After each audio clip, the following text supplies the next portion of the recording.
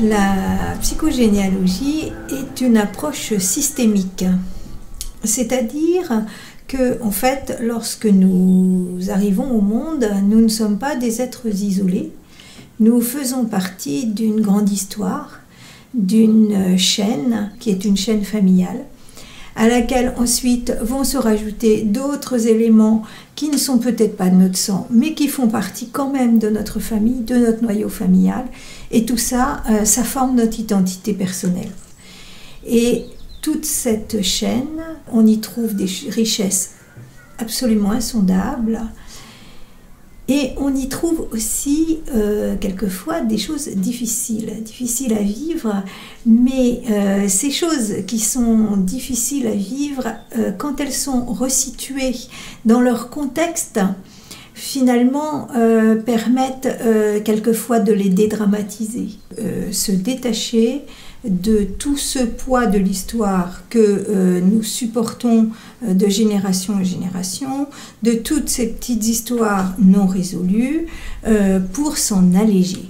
Et ça, c'est vraiment le but. Et quand on s'allège soi-même de ces poids-là, on en allège aussi toute notre descendance. On coupe les liens négatifs. Le génosociogramme, en fait, c'est comme une machine à remonter le temps. On tente de percevoir et de comprendre ce qui existait avant nous, en fait, avant notre arrivée. Les outils qui me permettent de composer un génosociogramme sont principalement, en général, les livrets de famille quand on les a. Maintenant, la chose la plus importante, c'est aussi votre mémoire, souvent. Donc, tout simplement, avec vous avez les dates de naissance de vos parents, les dates de mariage, c'est toujours bien, un peu le nom des frères et sœurs, enfin des choses comme ça. Voilà, ça c'est très bien. Quand on a la chance d'avoir quelques photos, on peut voir un petit peu quels étaient les groupes des personnes dans la famille et ça peut éclairer certaines petites zones d'ombre qui, vues d'un œil extérieur, ça peut aider.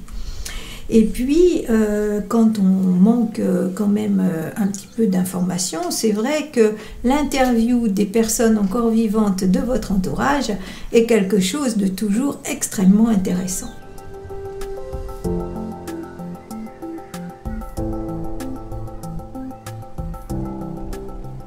Alors moi, cette méthode-là, je l'ai connue pour une raison très particulière.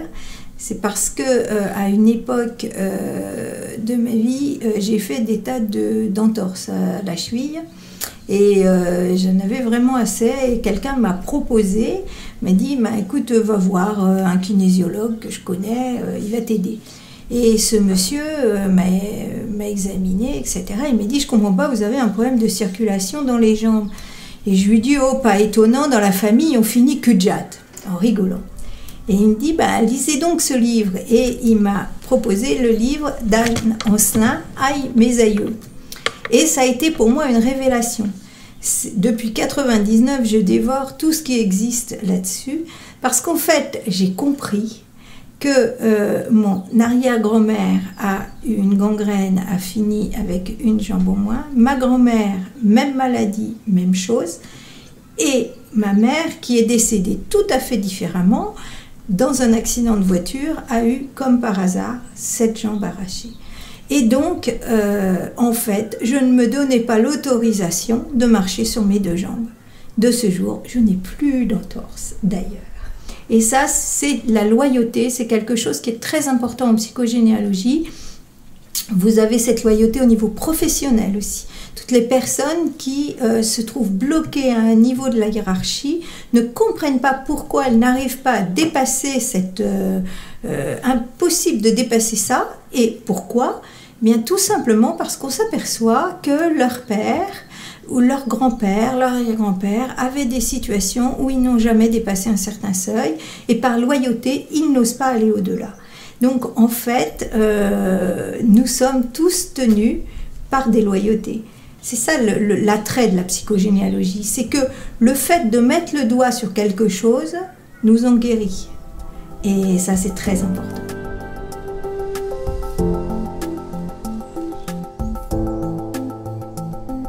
On peut envisager aussi un travail d'écriture, parce que le travail d'écriture permet une réflexion, un travail un peu de longue haleine, qui nous permet de repiocher des petites anecdotes, etc. Et ça peut être très intéressant de refaire sur un thème particulier un petit morceau de la vie de sa famille en la réécrivant sous forme d'un conte, sous forme d'une simple chronologie. On peut trouver des façons justement de pouvoir se réapproprier ce passé en le réécrivant soi-même et voire même en le romançant.